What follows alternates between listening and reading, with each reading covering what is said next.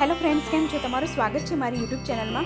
गणेश उत्सव नजीक आवी रह्यो छे त्यारे देशना जुदा जुदा गणपति मंदिरों में भक्तों की भीड़ उमटी रही है।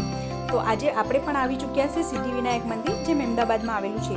तो आजना विडियो में आपणे सिद्धिविनायकना दर्शन करीशुं अने मंदिरना इतिहास विषे जाणीशुं। तो विडियो में एंड सुधी बन्या रहेजो। सिद्धिविनायक मंदिर अमदावाद थी डाकोर जता रस्ता में अमदावाद पासे वात्रक नदीना किनारे आवेलुं छे। मंदिरनी ऊंचाई 73 फूट ऊंचું છે અને મુંબઈના જાણીતા સિદ્ધિવિનાયક મંદિરની જે મૂર્તિ જેવી જ મૂર્તિ અહીં સ્થાપિત કરવામાં આવી છે અને અમદાવાદથી 30 કિલોમીટરના અંતરે આ મંદિર આવેલું છે।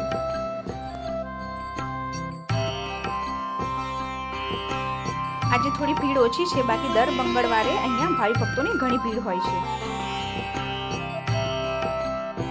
थोड़ू चाल्या बाद तमे सामे जोई सको छो। अहींयाथी तमे प्रसाद अने सीनियर सिटीजन माटे पास पण लई सको छो। हवे आपणे आगळ जईशुं, बूट चप्पल उतारीशुं अने मंदिરના दर्शन करीशुं। अहींया आपणे बूट चप्पल उतारी दઈએ। अहींया सामे फूड स्टॉल पण छे, तमारे कई नास्तो करवो होय तो। अने अहींया तमे फ्रीमां चप्पल मूकी सको छो अने बाजुमां पण छे ज्यां तमे चार्ज आपीने बूट चप्पल मूकी सको छो। अहींया टूंका वस्त्रों पहेरीने मंदिर में प्रवेश करवो नहीं लखेलुं ज छे। भारतीय संस्कृतिने जाळवी राखो। अहींयाथी तमे प्रसाद लई शकशो अने हवे आपणे अहींयाथी लाइन में जईशुं आगळ। मुंबईना सिद्धिविनायक मंदिरमांथी अखंड ज्योत लावीने અહીં સ્થાપિત કરવામાં આવી છે।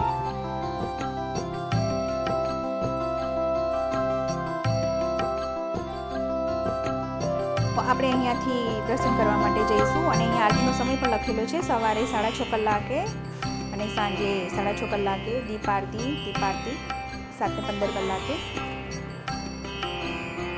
ત્યાં સામે તમને દેખાઈ રહ્યું છે ગણેશજીનું મુખ્ય મંદિર છે। સેમ ગણેશજી જેવું બનાવેલું છે। મંદિરના બનાવટની વાત કરીએ તો આ મંદિરમાં ક્યાંય સિમેન્ટ કે લોખંડ નથી વપરાયું, પરંતુ જમીનની 20 ફૂટ નીચે શિલાનું ફાઉન્ડેશન છે અને એક જ શિલા પરથી ઊભું કરાયું છે। આ મંદિરમાં વિશ્વના અન્ય 10 જેટલા દેશોમાં સ્થાપિત ગણેશજીની પ્રતિકૃતિઓ પણ સ્થાપિત કરવામાં આવી છે। 5 માળ મંદિરમાં બીજા માળે ભક્તો માટે ભજન કીર્તન કરવાની સુવિધા તૈયાર કરવામાં આવી છે।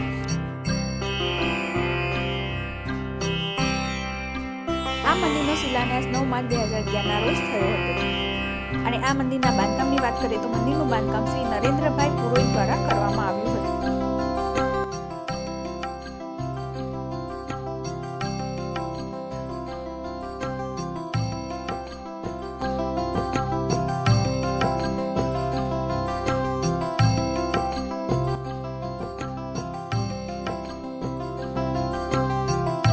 ચાલો આપણે અહીંયાથી ઉપર જઈશું અને ગણેશજીના દર્શન કરીશું। અહીંયા લખ્યું છે મંદિર પ્રવેશ તરફ જવાનો રસ્તો।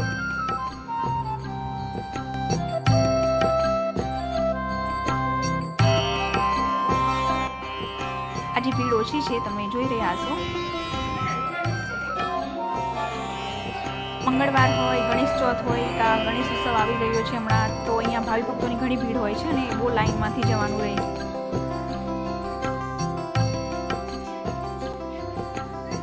मात्र गुजरात के समग्र देश में परंतु समग्र एशिया खंड में गणपति आकारનું આ સૌથી મોટું મંદિર છે।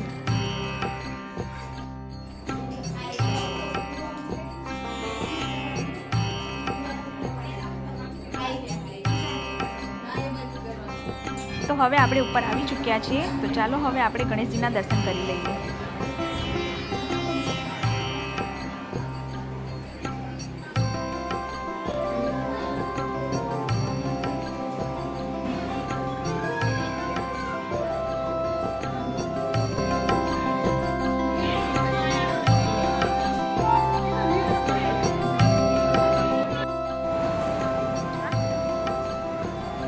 અહીંયા ગણેશ ભગવાનનું મૂષક પણ છે। કહેવામાં આવે છે કે તમારી કોઈ મનોકામના હોય તો તમે મૂષકના કાનમાં કહો તો પૂર્ણ થાય છે।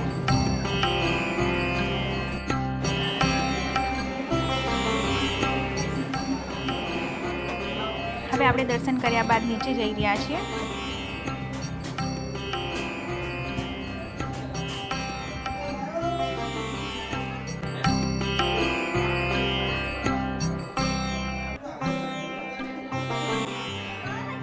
केदारनाथ जलाभिषेक प्रसादी रूपे भस्म और रुद्राक्ष मळशे। हवे आपणे आगळ करीशुं सर्वेश्वर महाशिवलिंगना दर्शन। तो चालो आपणे दर्शन करी लईए।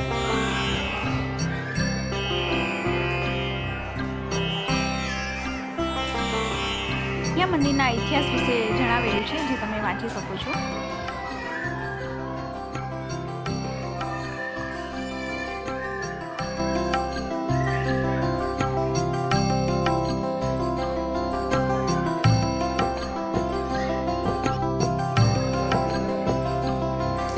હમણાં શ્રાવણ મહિનો ચાલી રહ્યો છે, તો ચાલો આપણે ભોળેનાથના શ્રાવણ મહિનામાં 12 જ્યોતિર્લિંગના દર્શન કરી લઈએ.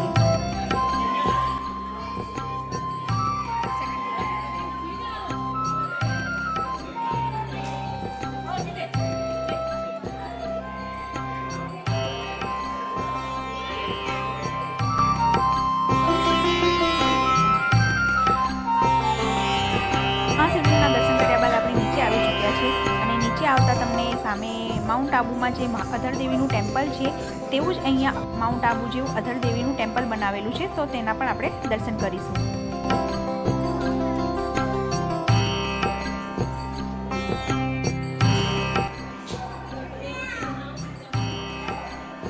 અહીંયા ગણેશજીના જુદા જુદા નામ છે અને જુદા જુદા દેશમાં પૂજાઈ રહ્યા છે તેની પ્રતિમા મૂકેલી છે.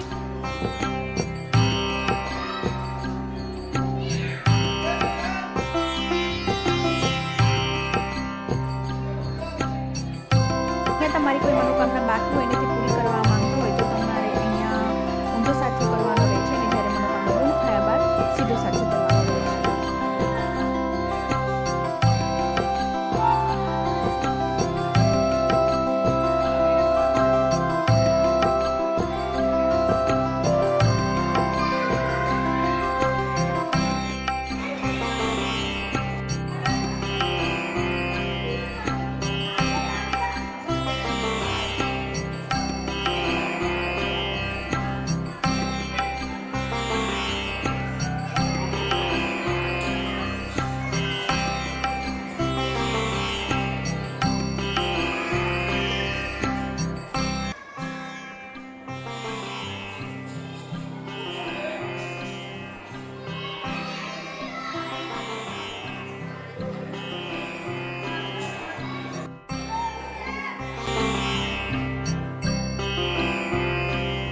દર્શન કર્યા બાદ આપણે નીચે આવી ગયા છે અને અહીંયા પણ સર્વેશ્વર મહાદેવના દર્શન કરીશું.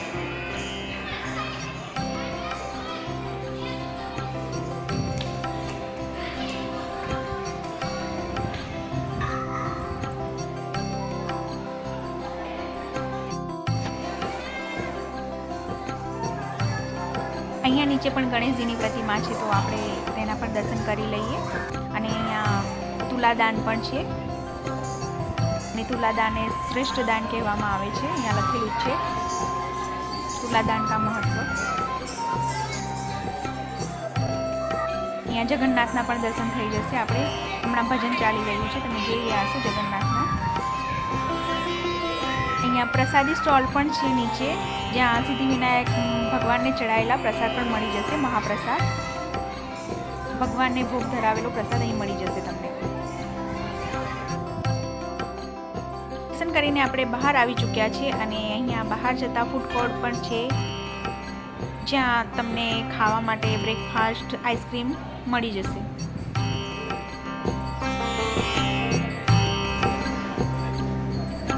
ઘણું મોટું ફૂડ કોર્ટ છે.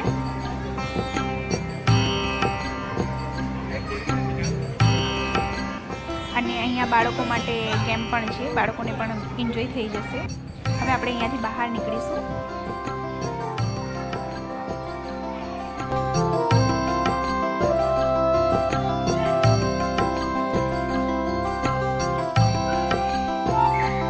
બાજુમાં મેળા જેવું પણ બનાવેલું છે. હવે ગણેશ ઉત્સવ આવી રહ્યો છે એટલે મેળો ચાલુ કરાયો છે લાગે.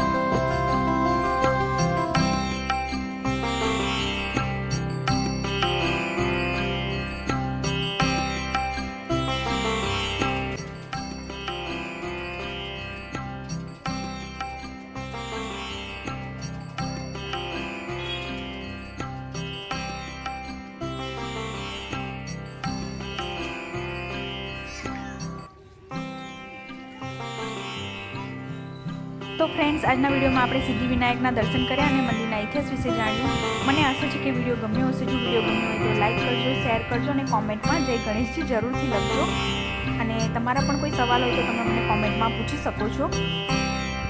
અને મારા આવા જ નવા વિડીયો જોવા માટે મારી ચેનલને સબસ્ક્રાઈબ જરૂર કરી લેજો.